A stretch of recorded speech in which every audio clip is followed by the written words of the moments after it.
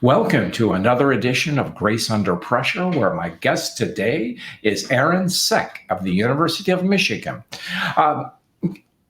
Grace Under Pressure is that show that deals with what's so often dismissed as the soft stuff, the caring, the commitment, compassion we exert toward others.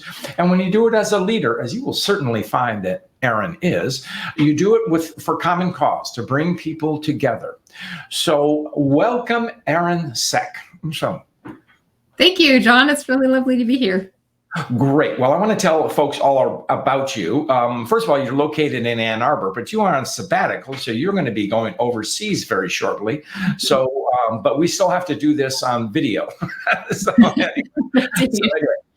Erin Cech is an assistant professor of sociology at the University of Michigan, and she has an association with the very famed Institute for Social Research, where so many fundamental concepts that have shaped sociology and, to a degree, organizational behavior originated. So, and she's a rocket star, a rock star, not a rocket star, a rock star. She has won many grants from the National Science Foundation. That ain't easy, folks. So anyway, she has a brand new book that she's going to talk about today, and it's called The Trouble with Passion: How the Search for Fulfillment Fosters Inequality.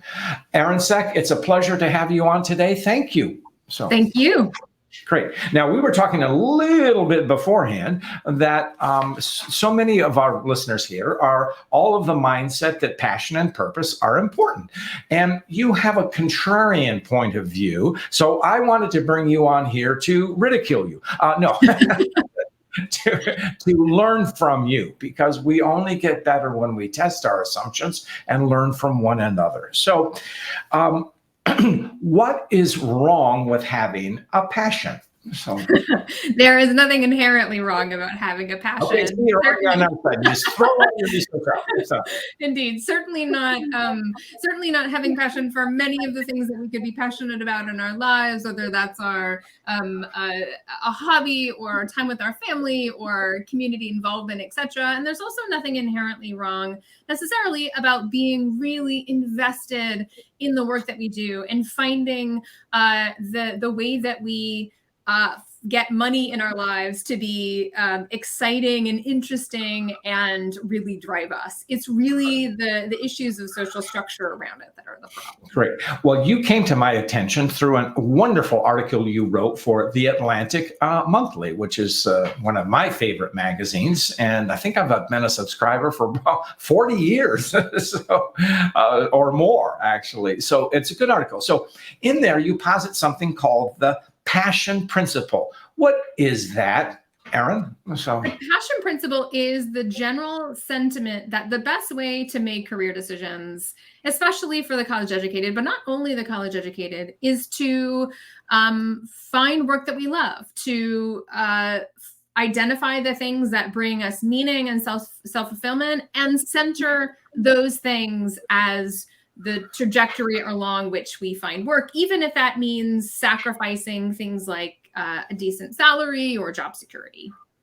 Okay. So I think you postulate, or from my observation, that most of us who are seeking to fulfill our passion, be it in science, be it in business, be it in organizational development or executive coaching, what I do and many on our audience do, is we are fulfilling our passion and our purpose. So is that exclusionary to many people? So it can be, certainly. So what my research finds is that the ability to take the thing that you're really passionate about and turn that into gainful employment that allows you to support yourself and or your family and have a sense of sort of long-term job stability is really only tied to a certain set of people who have access to the things that can lead them to things like job stability and a decent salary. And it also really is tied into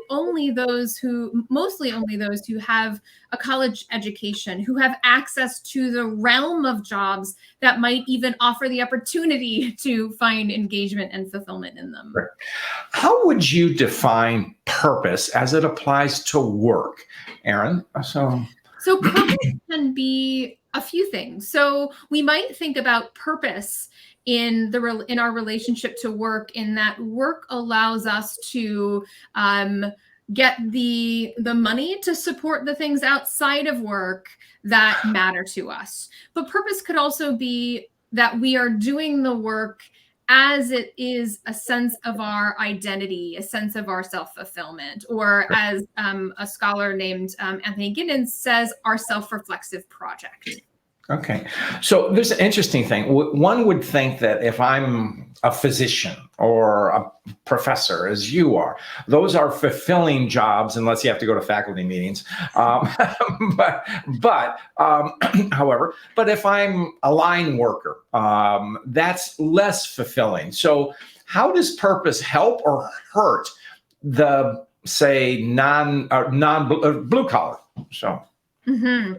So the expectation to be passionate about the work is really where the problem lies. So among white collar workers who have the privilege of a college education, and they might be able to enter in lines of work that they feel personally fulfilled by and connected to, they may be managing or working alongside service workers, blue collar workers who don't have that same privilege, that same access to that sort of that interesting work, engaging work, etc. That doesn't mean that there aren't blue collar and service workers who are really committed and find their work very meaningful and fulfilling, but just in the language of averages, those with a college degree have access to much more typically interesting, engaging, sort of cognitively demanding kinds of work. But the problem lies in when white collar workers expect the performance of being passionate about their work from the people that they're managing. So a good example of this is you might see placards for different restaurants, or Starbucks has them all the time, that says, "We are passionate about serving you." So in that sentiment, it is not just that the barista needs to be nice to us, needs to the customers, needs to do the work competently and produce the drink that was asked for in a polite and courteous manner. But the expectation that they perform the act of making the latte as though they were passionate about it. That is a different layer of demand that is put on that worker, not only to do the work competently and to produce the thing with courtesy, but somehow express that they have a personal identity in the thing that they're doing. That's a different level. That's a different kind of demand that we would put on those people. Right. And then there's a degree of falsity. And then let me push back a little bit. There was a hospital chain here in Southeast Michigan that borrowed some, executives as well as some philosophies of customer service from Ritz-Carlton. And one story that resonated with me when they were talking to, and I've been in this organization, and I did find it highly purposeful and the workers highly engaged. And there's the archetypal story, but I'm pretty sure it's true that janitorial staff, which is, quote, not the highest rung within a hospital, especially when you have, healthcare and things like that. When viewed with a purpose as, yes, I'm swiping the floors, but I'm killing germs and making a safe, antiseptic environment. So there was an imbued purpose to that. Is that a falsity, or are we playing games, or what would you think about that? Not at all. It's very important. That is a sense of meaning that one finds from work, which is quite different from the sense of passion. So the piece about passion is really about a sense of identity. This is who I am. I am a sociologist. I am a physician. I am a lawyer. And that's a key part of who I am. But we can have jobs where we're doing work that is highly meaningful, that feels highly important to us, without it necessarily being tied into our sense of identity.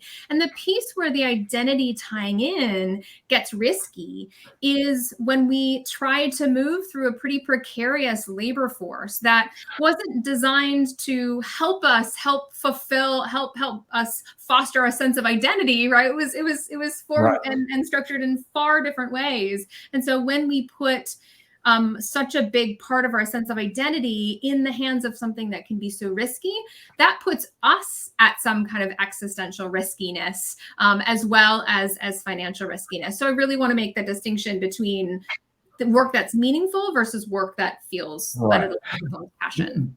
There's an archetypal story that Peter Drucker, the famous management guru and author, told and taught and wrote, and it's the story of the stonemason, and you probably heard it, where a gentleman is walking through a town and he sees a stonemason, and he said, "What are you doing?" And he said, "I'm cutting stone." And then he goes a little further, "What are you doing, sir?" And he said, "I'm building a wall." And the third person he encounters says, "I'm building a cathedral." So it's one is the actual act, and the other one is the fulfillment. Does that resonate at all, or how does that? How would you interpret that? Yeah, and that has to do not only with an individual's interpretation of the work that they're doing, but also the way that they're treated in the organization as well. So if the builder or the custodial staff are treated as though they are part of the team, it's more likely that they would feel that they have a sense of meaning and a sense of excitement in the work that they're doing. But that has as much to do with the individual as it does with the organization and how they're treated. You're touching on something that I'm exploring now, and I'm thinking about turning or viewing our organizations as communities. And those are where, what is the sense of community? Well, at least we belong. And so we have one another's back. We're not always cheery and friendly toward one another. We may have rivals, but we share common values. Is that something that would reinforce the purpose in the workplace, Erin? Is it attainable for, quote, blue collar labor? So I think it's important across the board, whether it's blue collar, white collar, or service sector work, to have that sense of connectedness and community with the workers in one's workplace. So when people come to me and say, well, what is the alternative of being passionate about my work? I still want to like my job. Fostering and finding a sense of community among the people that we work with is one way to find joy and excitement in work that has nothing to do with one's sense of passion, right? And so fostering that and really allowing that to grow and thrive is really important. And I think that's becoming more and more difficult with the increase in contract labor, the increase in sort of the gig economy, and the kind of like influx of people in and out of organizations, and frankly, organizations letting workers go and rehiring workers at the sort of in search of sort of the highest quarterly profit margin, rather than thinking a little bit more long term. All those things can really undermine the sense of community among workers. I'm glad you mentioned the gig worker, because that's essentially what I am and have done forever. And I can see attitudes shifting. I'm sort of like, we call you when you need me. That's comfortable for me. I don't, I seek community. I seek meaning from different aspects. But for if I'm a gig worker for Uber or one of the other things, I may not feel that connectedness. Or do you perceive that, Erin? So there is the lack of connectedness, and also the lack of a safety net to be able to support that. So, for example, one of the people that I interview for the book, she graduated and was going to go into pre-med, decided pre-med wasn't her passion, and so left to pursue an internship at a company that develops online sort of YouTube videos. And she ended up being a contract worker, but had tremendous amounts of student loan debt, could only get paid for the days that she had. And so she was doing work that was highly fulfilling and meaningful to her, but didn't have the safety net, didn't have the ability to say, it's okay if I don't work tomorrow, I have enough in my savings account to be able to support me, or I have a family that I can, look back on and can pay my rent if I can't make it. So the ability for especially new college graduates or those who are newly embarking in the labor force full time is the difference between those who have what I call safety nets and springboards to support them in that search for work, whether it's for gig work or passion related work or what have you, versus people who simply don't have those kinds of safety nets. For them, the gig economy is not at all ideal and not at all their preference. Right. And as far as safety net, should it be, whose responsibility is it? I'm going to really put you on the spot. Employer or government or both? So it's more of a broader scope of what we mean when we train people to be part of the paid labor force. So on the one hand, that has to do with higher education and the exponentially rising costs of what it takes to get a certification, and the difficulty for people who don't have middle-class families to be able to pay their rent for them or pay their tuition. It's also the organizations doing in some regards. So there we see an increase in underpaid or non-paid internships to get access to some of the most important internships that will launch somebody's career, especially in fields like journalism.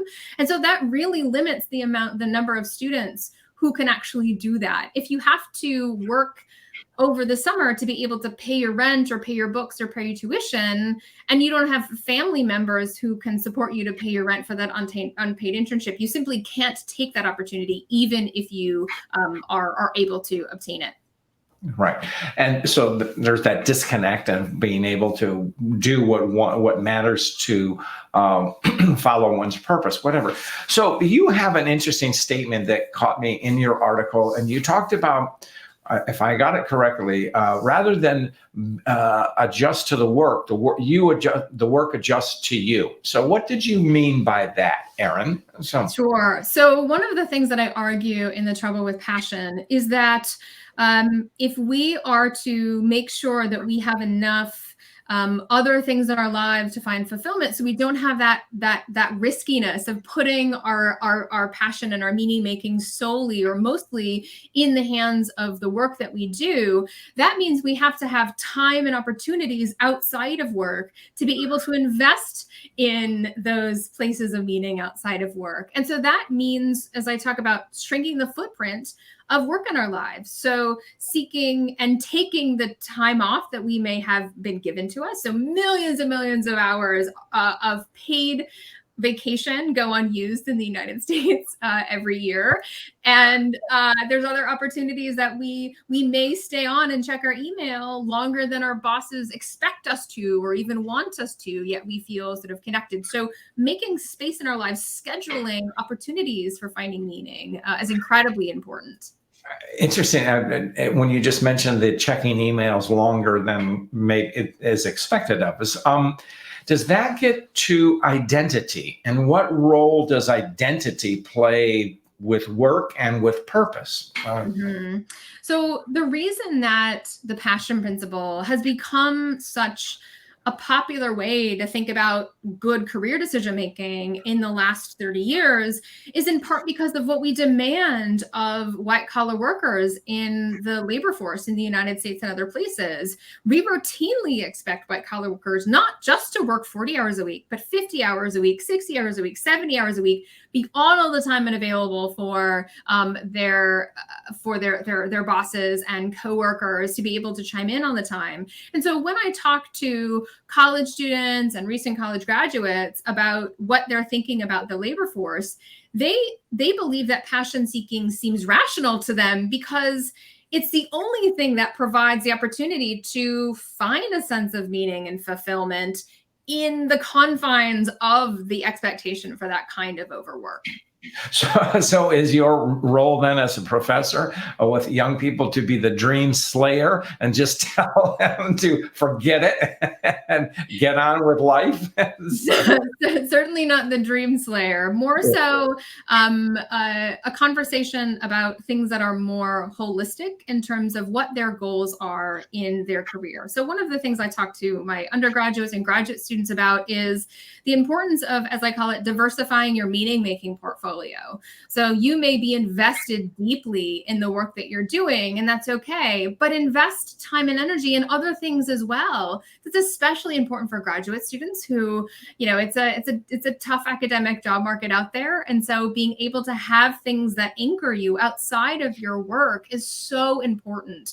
And then as well, considering whether the answer to the question, what relationship should I have to the paid employment, should be the all-in working 60, 70 hours a week, or should it be, how do I find work that sustains me financially so I can do things that I love outside of work? So just having a more holistic sense of what are good reasons or appropriate reasons to make career decisions. So in other words, it ain't all about work. So, Exactly. see, that's 3 words for your whole book there. No, but seriously though, has our perception of work and meaning been altered by the pandemic and our move to virtual or hybrid or whatever? Have you seen this, Erin? What's so interesting about the context of the pandemic is at the very beginning, academics weren't quite sure what would happen. So there was some strand of academics, particularly economic sociologists and economists, who expected that in the context of the tumultuousness of unemployment at the beginning of the pandemic, that those who were most affected by that kind of unemployment and job insecurity would become more invested in finding the best paying job, finding the most secure employment, regardless of whether it was aligned with their interest or not, sort of finding whatever work they could find. And what I find actually is among those with a college degree, those who experienced some kind of job instability, whether they were furloughed or were let go of their job as a result of the pandemic, actually became more invested in finding work they were passionate about than people who had remained stable in their jobs. And what's behind that in part is a sort of existential unsettling that comes with that kind of insecurity and instability in the midst of a global pandemic that really requires people to stop and say, what is my relationship to work and what do I want it to be? Yes, thank you. We've explored that in other programs about how the pandemic has challenged us to say, basically, is this all there is? And for some, they reconnect with work, but others choose, as you have said, a different path, either by choice or through a layoff. And then we say, if I choose something else, that means I'm less invested in my identity as a worker, however I define worker or employee, than I was before. Did I understand that correctly, Erin? Slightly. So it might mean that less, if you think about the identity, the kind of places of meaning making that one has in one's life as being a kind of spectrum, that a less large part of that spectrum gets taken up by work. And so that means finding meaning in communities or activities or hobbies or things like that, where one finds sort of meaning and joy. And work might be a place where you really like your colleagues, you love the organization, you find that the thing that you're working toward as part of a team has importance to you broadly, but you might not be personally invested and find sort of joy and excitement out of the particular task that you do. Great. So getting back to my idea of community, or not my idea, you're the sociologist. Do we all, as part of our identity, is it part and parcel of how we connect with others? Does it relate to our ability to build or be part of an organization, part of a community? So what's so interesting is one of the reasons I argue that the passion principle has become so salient in the last 30 years is actually the reduction of community engagement overall in the United States. So this sentiment that we, compared to our parents or our grandparents' generation, we have much fewer connections to other community members than we used to. And so for many, people are looking for a vector along which to find meaning in their lives. And the passion principles points to our occupation, our work, and says, here's a ready solution to the question, where do I find meaning in my life? And looking outside of work to other community spaces might be a way to reclaim those spaces of identity that might have been lost in the sort of the reduction of that kind of community engagement over time. Are you, when you talked about less community, is that something that his gentleman's name is escaping me, but he wrote the book Bowling Alone? We Robert are more. Putnam. Yes. Is that that's what you're building? We're more disconnected. Is that because we're over-invested in work, not necessarily because of passion, but for need for income, or what accounts for it, Erin? So, that's a good question. I would leave that to historical sociologists to be able to speak to. But my sentiment is it is interrelated. So it might partly be because we have to be invested in our work for more hours than we used to be able to support ourselves. We know that the actual take-home pay that we see adjusting for inflation has actually gone down for most people in the middle class over the last 20 years rather than rising as it had for many generations prior. So we just have to work more to be able to support ourselves. But also there's a lot of sort of disintegration of those kinds of community spaces. So we think about having really a robust organizations like the Elks Club or the Boys and Girls Club or something like that, where people would, really be invested and find meaning. That's also had tied into kind of a secularization of the United States, where there's less engagement of people in faith-based communities overall. So all of that leads to less connection, less meaning making in our communities, particularly for those with college degrees. Okay. That's fascinating. So as we go forward in this, and if people, I always ask, since you deal with young people, so do they say to you, Professor, what should I do with the rest of my life? And how do you pump that question? But do you pose questions to them as to seeking alternative perceptions of work? Is that the kind of thing you would do, Erin? So yes. So I often will go back to the general question that's often asked of young people, what do you want to be when you grow up? And point out that the answer to that question is usually assumed to be an occupation, but it doesn't necessarily have to be, nor maybe should it be. I want to be a good community member, or I want to contribute to an important cause, or I want to be a good and engaged parent, or I want to be really good at sort of enjoying nature outside. That there's all kinds of ways that we can orient our sense of identity that might include our engagement with the paid workforce, but shouldn't be entirely encapsulated by it. So it is really stepping back and saying, what are your priorities? What is most important to you in your life? And what is the relationship of work that will help you align best with that? So I think that's your principle. It's not live to work. It's more work to live and have a more fulfilled life. Is that great? So, Erin, we are racing along in this show. And as you know, I ask everyone a story of grace or an example of grace. Do you have something you'd wish to share with us? Yeah. So one of the things that's really interesting in the research that I do is understanding how people explain social processes and patterns of disadvantage. And as I've gone through my interviews, I sit down with a lot of people and they tell me a lot of different perspectives on how they understand the kinds of social inequities that exist to have come to play. And I've really learned the practice of grace as I sit with people who articulate viewpoints that are maybe quite divergent from the general understanding of socioeconomic processes and processes of social disadvantage, but really sitting with those ideas that person has and asking what is behind these? What are the things behind these? And so being present and having grace with everyone I am interviewing and interacting with, regardless of the kind of perspective they might come come to me with. That's great. I hadn't ever heard of exhibiting grace in interviews, but it requires patience, does it not? So, Yes, absolutely. yeah. That's something. It's patience, as I say, is a virtue, but it's a virtue that I don't possess in great detail, but I'm working on it. Great.